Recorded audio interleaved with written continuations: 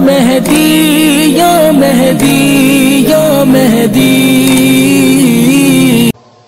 جوان، نوجوان، عورتیں، مرد، سب احکام روزہ سے آشنا ہوں۔ رمضان سے پہلے ہی ایک دورہ پورا احکام رمضان کا دہرا دینا چاہیے سب کے سامنے، تاکہ ازبر ہو جائیں، اہم مسائل روزے کے سب کو معلوم ہوں، آداب روزے کے سب کو معلوم ہوں۔ یہ بھی آگاہی کا لازمہ ہے کہ آداب معلوم ہوں روزے کے۔ اسی طرح روزے کی حکمت و فلسفہ بھی معلوم ہو کہ قرآن کریم نے روزے کا مقصد تقوی ذکر کیا ہے، اور روزے کو اس طرح سے انسان بجا لائے کہ تقوی محسوس ہو وجود کے اندر اور ماحول کے اندر، اس طرح سے روزہ انجام دیا جائے۔ رسوماتی روزہ، جس کے بارے میں امیر المومنین علیہ الصلوۃ والسلام کا فرمانا ہے کہ صرف فاقہ ہوتا ہے، فاقہ کھانا نہ کھانے کو کہتے ہیں، فاقہ یا فاسٹنگ روزہ نہیں ہوتا۔ عموماً روزے کا لنڈے میں جو ترجمہ کیا جاتا ہے فاسٹنگ کیا جاتا ہے، کھانا نہ کھانا، ناغا۔ روزے کا مطلب فاسٹنگ نہیں ہے۔ ناغا تو آپ کہیں بھی کر سکتے ہیں، آپ ڈاکٹر بھی بتاتے ہیں بعض مریضوں کو کہ آپ ناغا کریں تو صحت اچھی رہے گی۔ کچھ لوگ خود سے کرتے ہیں، اپنی معمولات کی زندگی میں کچھ ٹائم نہیں کھاتے، یا بعض اوقات کچھ ایام کے لیے وہ یہ پرہیز کرتے ہیں، نہیں کھاتے کچھ بھی۔ فاقہ اور چیز ہے، روزہ اور چیز ہے۔ روزہ عبادت ہے، فاقہ ایک ریاضت ہے۔ ریاضت کا اثر انسان کو مل جاتا ہے، صحت اچھی ہو جاتی ہے، معدہ ٹھیک ہو جاتا ہے، ہاضمہ کام کرنا شروع کر دیتا ہے، شوگر بیلنس ہو جاتی ہے۔ لیکن روزے میں ممکن ہے الٹ ہو، ممکن ہے روزے میں آپ کی حالت بگڑ جائے، ممکن ہے روزے میں آپ کو پیاس لگ جائے، ممکن ہے شوگر لو ہو جائے، ممکن ہے بلڈ پریشر پہ اثر پڑے۔ روزے میں دباؤ پڑ سکتا ہے آپ کو، اور وہ دباؤ ڈالنا ہی ضروری ہے۔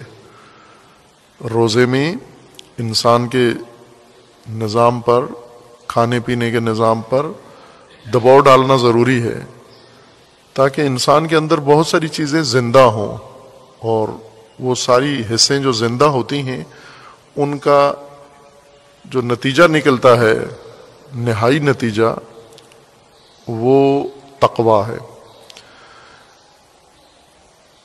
ہم جو غافل زندگی بسر کرتے ہیں، بے خبر زندگی بسر کرتے ہیں، اور انسانیت سے ذرا دور رہ کے زندگی بسر کرتے ہیں،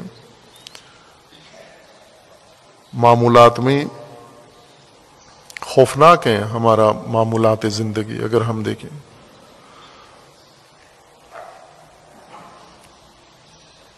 مثلا بقول حکیم فردوسی کے کہ تو کے ز غم دیگران بے غمی،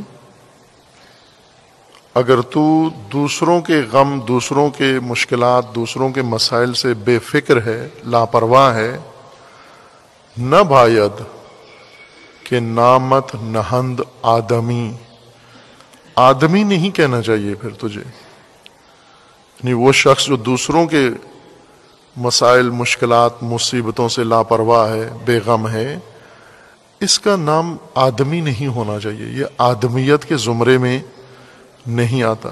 نہ باید کہ نامت نہند آدمی۔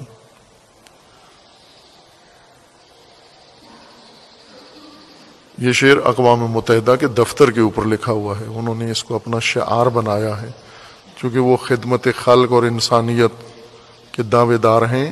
شعر خوبصورت انتخاب کیا ہے کلام اپنے تعارف کے لیے، تو کہ ز غم دیگران بے غمی، نہ باید کہ نامت نہند آدمی۔